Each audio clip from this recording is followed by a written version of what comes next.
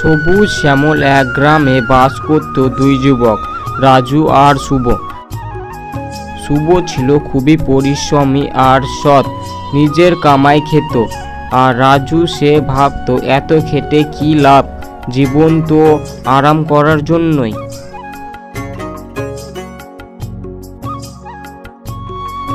কি রে শুভ, এই ভর দুপুরে রোদে পুড়ে মরছিস যে? আয় একটু জিরিয়ে নে, চা খাবি। জীবনটা শুধু কাজেই কাটিয়ে দিবি নাকি? না রে রাজু ভাই, এখন একটু খেটে নিলে পরে আরামে থাকতে পারবো। সামনে বর্ষাকাল আসছে, তার আগে কিছু সবজি ফলিয়ে রাখলে পারলে খুব ভালো। তুই তো কিছু একটা করতে পারিস। ধুর, এত কে ভাববে? যখন যা দরকার হবে ঠিক ম্যানেজ হয়ে যাবে, এত চিন্তা করে লাভ নেই, বুঝলি? শুভ শুধু নিজের বর্তমান নিয়ে ভাবতো না, ভবিষ্যতেরও কথা চিন্তা করত। তাই সে একটা ফলের চারা পুঁতল, যাতে গাছটা বড় হলে সবাই মিলেমিশে ফল খেতে পারে আর গ্রামের শোভাও বাড়বে। হ্যাঁ, আম গাছ লাগিয়েছে। আমার আড্ডা দেওয়ার জায়গা, আবার ফলের গাছ কেন? এই গাছ বড় হলে তো আমার বসার জায়গাটার 12টাই বাজবে আর ছায়াও পড়বে।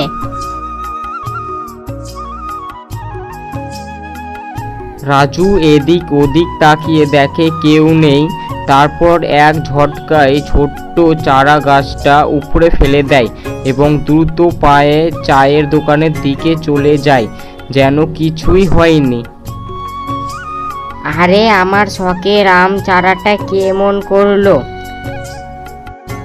শুভ খুব দুঃখ পেল, কিন্তু সে দমে গেল না। সে বাজার থেকে আর একটা ভালো জাতের আম চারা এনে সাবধানে পুঁতে দিল এবং এবার সেটির চারপাশে বাঁশের কঞ্চি দিয়ে একটা ছোট্ট বেড়া তৈরি করে দিল। যেমন কথা তেমন কাজ। দেখতে দেখতে গ্রামে একটা সময়ে এলো, অনেকের কাজ কমে গেল। শুভর আগে থেকে জমানো টাকা আর বাগানের সবজি দিয়ে তার দিন ভালোই কেটে যাচ্ছিল। কিন্তু রাজু, তার জমানো আয়ের টাকা সবই ফুরিয়ে গেছে। ইস, কি যে খিদে পেয়েছে! শুভর তো নিশ্চয় চাল ডাল সবজি সব আছে। যাই চেয়ে দেখি যদি কিছু সাহায্য করে। রাজু শুভর বাড়ির কাছে যায়। শুভ তাকে দেখে অবাক হয়। কি ব্যাপার রাজু ভাই, সব ভালো তো? মুখটা এমন শুকনো লাগছে কেন?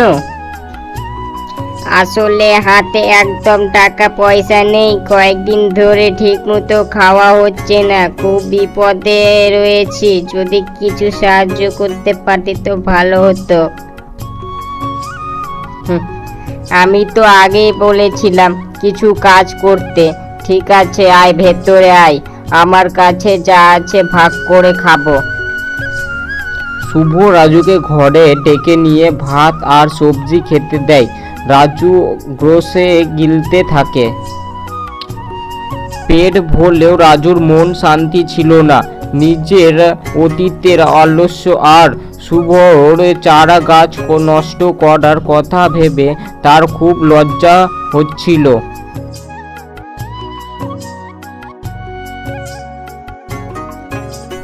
কি ব্যাপার রাজু মিয়া, মুখটা এমন ভার করে বসে আছো যে? শরীর মন ভালো তো? চাচা, আমি একটা খুব খারাপ কাজ করেছিলাম। আমি হিংসা করে শুভ লাগানো আম চারা নষ্ট করে দিয়েছিলাম, অথচ আজ সেই শুভ আমাকে খাবার দিয়ে আমার মান বাঁচালো। আমার খুব লজ্জা করছে আর কষ্ট হচ্ছে নিজের ওপর। এটাই তো দুনিয়ার নিয়ম বাবা, যেমন কর্ম তেমন ফল। তুমি যদি সেদিন শুভর চারা নষ্ট না করে নিজের জন্য কিছু করতে, তাহলে আজ তোমার এই অবস্থা হতো না। আর দেখো, শুভ ভালো কাজ করেছে, পরের উপকার করতে চেয়েছে, তাই আজ তার কোনো অভাব নেই এবং সে তোমাকেও সাহায্য করতে পারলো। রাজু সেদিন হাড়ে হাড়ে টের পেল, কর্মের ফল মানে সে মনে মনে প্রতিজ্ঞা করলো আর কখনো অলসতা করবে না, কারো ক্ষতিও করবে না, কারণ সে ভালোভাবে বুঝে গেল ভালো কাজের ফল সবসময় ভালোই হয় আর মন্দ কাজের শাস্তি পেতেই হয়।